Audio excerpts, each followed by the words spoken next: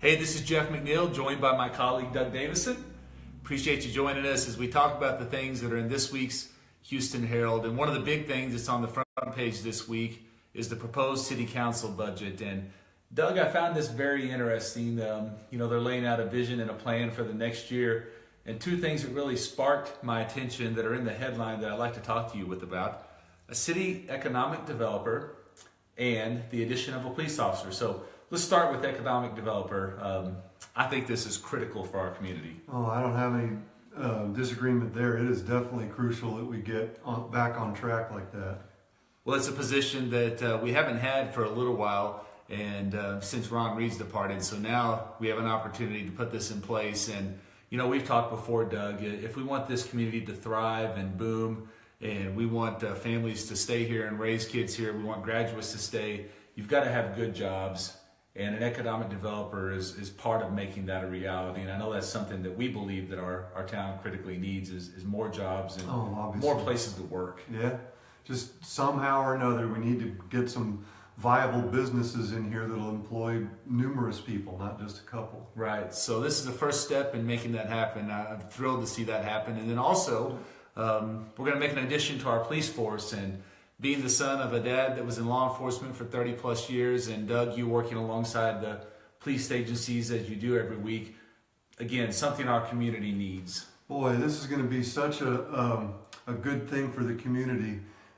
Pretty likely there will be 2 cops on at all times on shift instead of just one. And boy, let's face it, there's enough crime to keep 2 guys busy pretty much all the time. Whether or not that's something that people want to hear, it's a reality. So yeah, good thing, really good thing. And you talk about having 2 police officers on.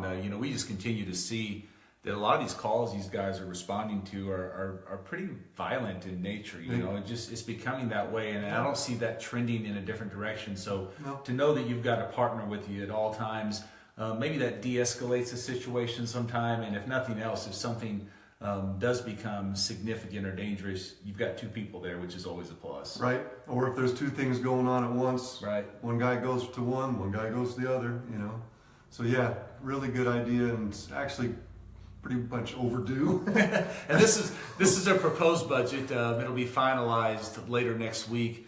A lot of interesting things in it. You can read all the details of it. There's a long list of things that are proposed. And one thing I wanted to mention, Doug, it seems like that there's this tension between the older generation and the younger generation in our community, especially as we have some younger people on the city council. And I just wanted to address that briefly.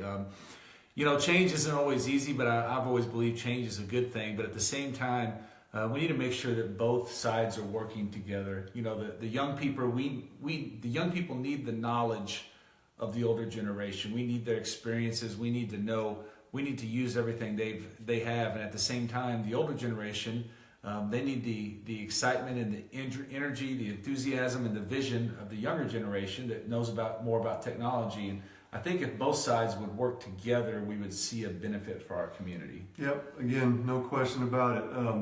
Both sides, if you want to call it that, have something to offer the other, and both can benefit from the other. And I think the bottom line is, for me too, Doug, I love Houston. I was born and raised here, came back as an adult. I don't want to see our community die off. I don't want this to become a retirement community. Right. I don't want this to be an irrelevant place. And unfortunately, it's easy for small towns to trend that way. Oh, yeah. And I kind of see that we could very easily be headed that direction. So I like all the discussions of a possible rec facility and things that would add to our community, and so I hope we can all work together to make that reality. And I love dreaming big, and hopefully it can happen. Yeah. Let's see. I hope so too. I love this place myself. One thing that we also have in the newspaper this week is another scam in the community. And Doug, this is something you've written about many, many times. This particular scam involved an elderly woman who got a phone call from an alleged son who wasn't her son. Right. And just a wild story.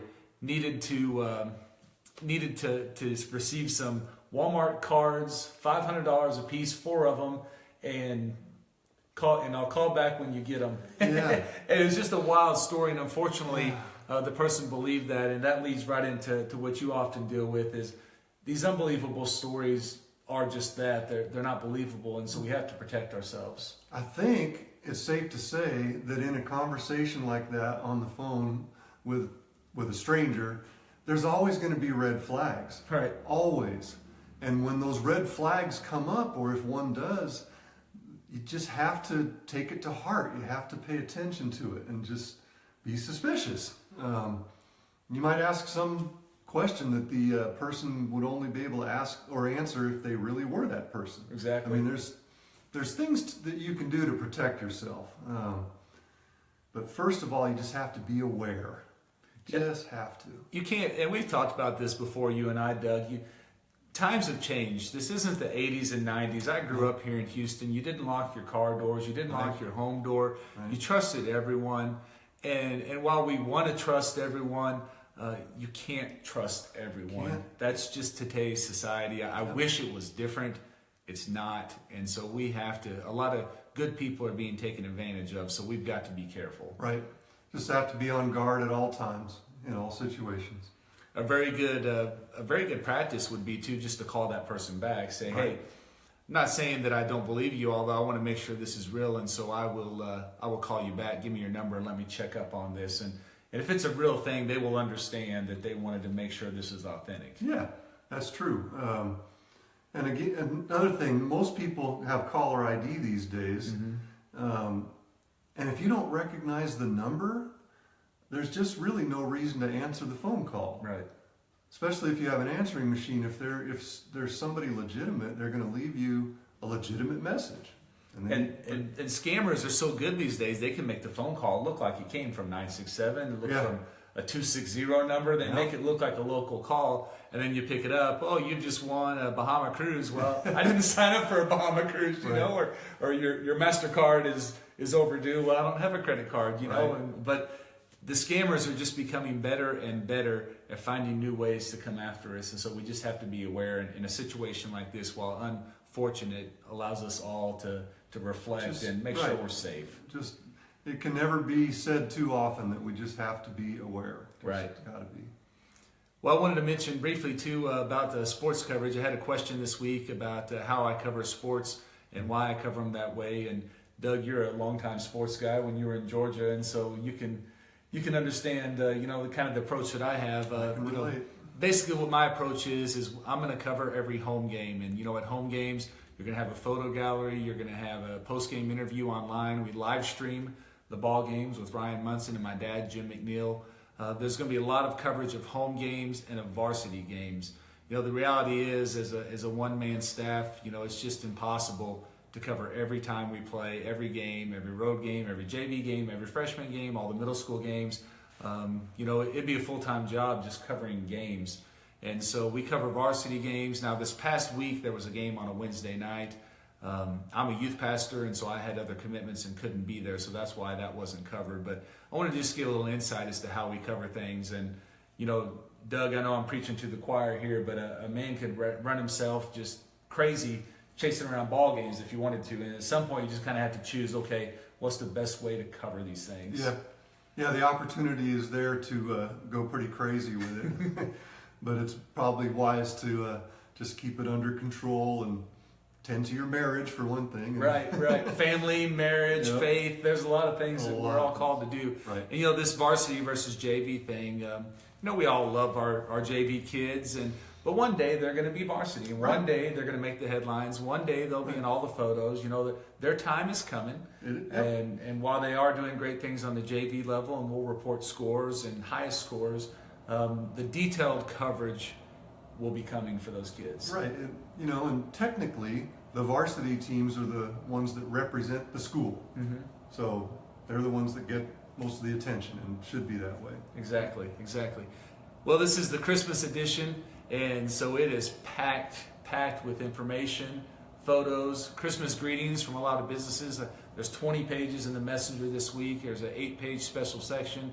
There's writing from elementary students from several local school districts. It's a big edition. And it's another big one. Seems like we've had several of them lately. From Thanksgiving to Christmas, we're just pumping out the big ones. I'll tell you, yeah. I hope you enjoy it. It'll be available on newsstands this afternoon to arrive in your mailbox tomorrow. and some of the things we talked about will be on there, as well as some other things we didn't touch on.